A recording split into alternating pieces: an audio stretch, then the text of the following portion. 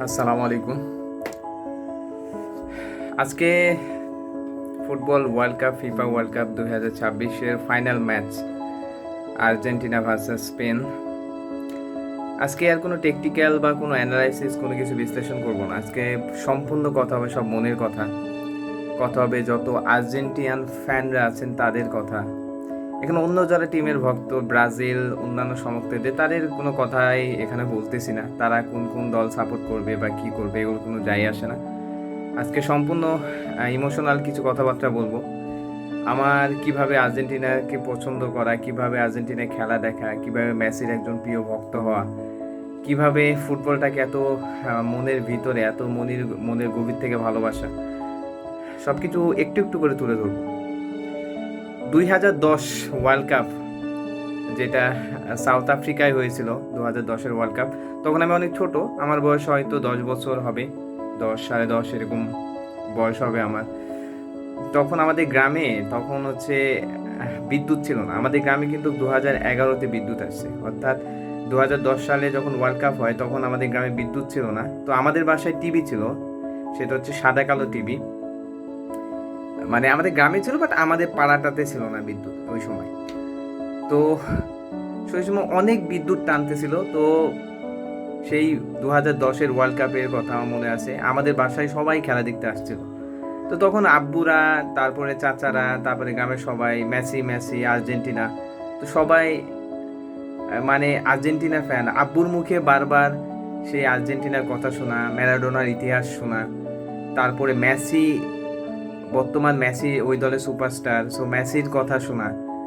তো সব কিছু মিলে আগে শুনতাম, বাট আমার ভালোভাবে ফুটবলটাকে ফলো করা, ফুটবল ওয়ার্ল্ড কাপটা দেখা হচ্ছে 2010 সাল থেকে। আমি যেটা আমার মনে হয়, আমার মনে আছে। তো আব্বুর কাছ থেকেই, আমার ফ্যামিলির কাছ থেকে আপাতত সেই আর্জেন্টিনা সাপোর্টার হওয়া। তারপর থেকে আর কোনো দিন অন্য কোনো টিমে সাপোর্ট করে নাই। এক আর্জেন্টিনা, সেকেন্ড টিম হচ্ছে বার্সেলোনা, এই দুটো টিম ছাড়া। তো 2010-এর ওয়ার্ল্ড কাপ আমি দেখছি যে আমাদের গ্রামের সকল মানুষ যখন বিদ্যুৎ টান দিচ্ছিল, কারেন্ট থাকতো না, তখন আমাদের বাসায় চলে আসতো, এসে আমাদের টিভিটা বাইরে দিত আঙিনায়, এবং পুরো আঙিনা ভর্তি মানুষ খেলা দেখতো।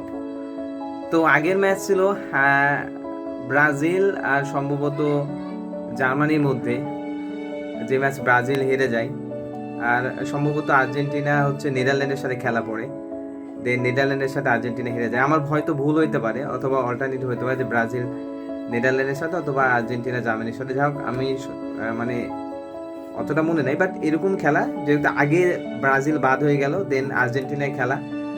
তো তখন বুঝছি যে আর্জেন্টিনা ব্রাজিলের যে দৌরত্বতা, সমর্থকদের মধ্যে যে কানাকানি, একে অপরকে উস্কানি দেওয়া, তারপরে একে অপরের দলকে সাপোর্ট করা, সেটা আমি ওই 2010 সালে বুঝতে পারছি। মানে যখন আমি খেলা দেখতাম, তখন যখন ব্রাজিল হেরে যাচ্ছিল, তখন আর্জেন্টিনা দর্শকদের যে উচ্ছ্বাস, যে আনন্দ, তখন আমি হয়তো ছোট ছিলাম, অতটা রিয়েলাইজ করতে পারি নাই, বাট আস্তে আস্তে সেটা আমি বুঝতে পারি।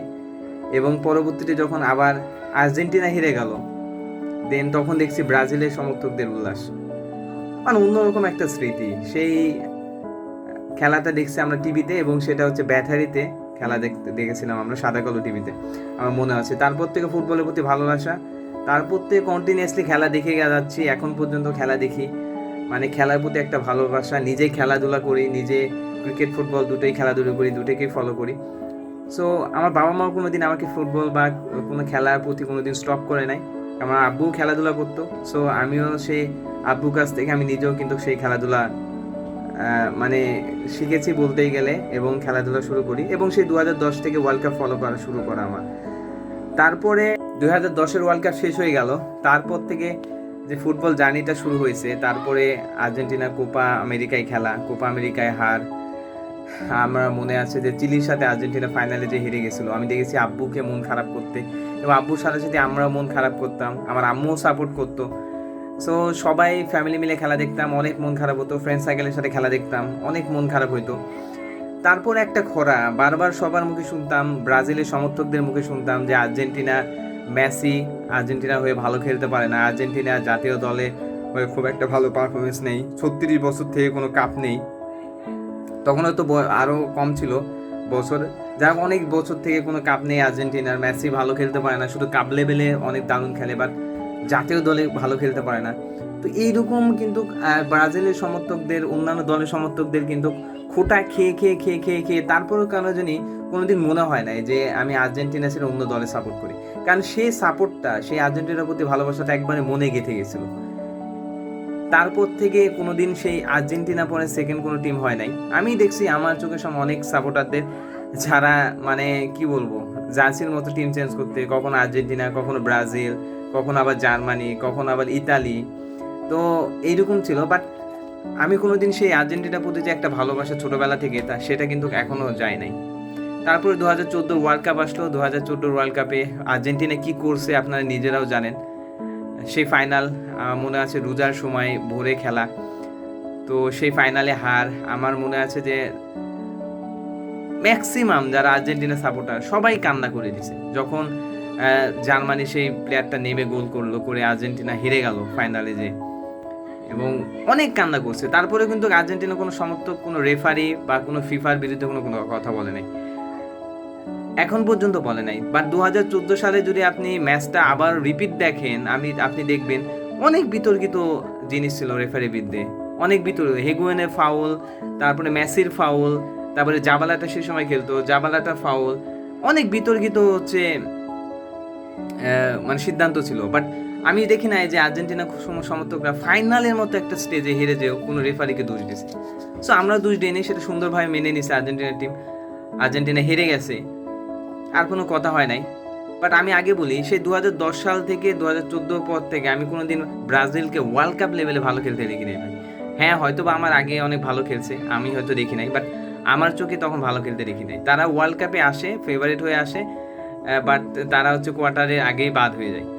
সো সেটাই ছিল 2010-এও, যেটা সেমিফাইনাল থেকে মনে হয় বাদ গিয়েছিল, সেমি কি কোয়ার্টার ফাইনাল থেকে। 2014-তে কোয়ার্টার ফাইনাল থেকে বাদ যায়, এবং 2014-তে ফাইনাল খেলে আর্জেন্টিনা। 2018-তে যে আর্জেন্টিনার টিম একটা, আমরা সবাই যারা আর্জেন্টিনা সাপোর্টাররা তারা মানে ধরেই নিয়েছিলাম যে এই Argentina up to the mark না, এই আর্জেন্টিনার দ্বারা ওয়ার্ল্ড কাপ জেতাটা ইম্পসিবল। তো সেরকমই আশানুরূপ ভালো পারফরমেন্স করতে পারে না আর্জেন্টিনা। সেইবার আর্জেন্টিনা গ্রুপ পর্বের পরেই যেই বাদ পড়ে যায়, সো শুধুমাত্র গ্রুপ পর্ব পার হয়ে তারপরেই বাদ পড়ে যায়, এবং খেলা পড়ছিল ফ্রান্সের সাথে, যেন অনেক দ্রুতই হেরে বাদ পড়ে যায় আর্জেন্টিনা। সরি, আমার হয়তো ভুল হচ্ছে, ফ্রান্স কি ক্রোয়েশিয়ার সাথে খেলা পড়ছিল, যাও। তো আর্জেন্টিনা দ্রুত বাদ পড়ে যায় সেই ওয়ার্ল্ড কাপে। এবং তারপরে 14 পরে, সরি 18 ওয়ার্ল্ড কাপ শেষ হলো, দেন আসলো 22-এর ওয়ার্ল্ড কাপ। সেইবারের টিম মেসি যে 2018 পরে অবসর নিল, দেন অবসর ভেঙে আবার জাতীয় দলে ঢুকলো। তারপরে 2021-এ আমরা কোপা আমেরিকা জিতলাম। তারপরে হচ্ছে দেন 2022-এ আমাদের একটা অন্যরকম একটা ভরসা ছিল যে এই টিমটা দিয়ে কিছু করা সম্ভব, এবং মেসি তার জান পান ছেড়ে দিয়ে খেললো। এবং 2022-এর ওয়ার্ল্ড কাপে কী করছে আর্জেন্টিনা, এটা আপনারা সবাই জানেন। আর্জেন্টিনা ওয়ার্ল্ড কাপ জিতলো, এবং 36 বছরের খরা, আর্জেন্টিনা সমর্থকদের 36 বছরের যে স্বপ্ন, যে দুঃখ, যে কষ্ট, সেটা দূর করলো কিন্তু আর্জেন্টিনা। তারপর থেকে আর্জেন্টিনার প্রত্যেকটা সমর্থকরা যেন সবসময় হাসি খুশি থাকে, কারণ তাদের লাইফে অনেক কিছু দেখে ফেলছে। তারা 2014-তে ফাইনাল খেলা দেখছে, 2022-এ তারা কাপ নিছে, আর কি লাগে ভাই। এদিকে ব্রাজিলের সমর্থকরা কোয়ার্টার ফাইনাল পার হতে পারে না, সো ব্রাজিলের সমর্থকরা ভাই টোল করে, এই করে, যাই করুক, রাগ হয়, ক্ষোভ হয়, যা দিন শেষে একটা কিন্তু স্বস্তি থাকে যে আমরা ওয়ার্ল্ড কাপ চ্যাম্পিয়ন, আমরা এখন পর্যন্ত বর্তমানে world cup champion. So 2022 world cup শেষ হলো, ভাবছিলাম মেসি হয়তো বা অবসর নিয়ে নেবে, কিন্তু না, মেসি মনে হচ্ছিল যে যত বয়স হয় তত সে তার পারফরমেন্সের খার বাড়ে, তা আরও বেশি ভালো পারফরমেন্স করে।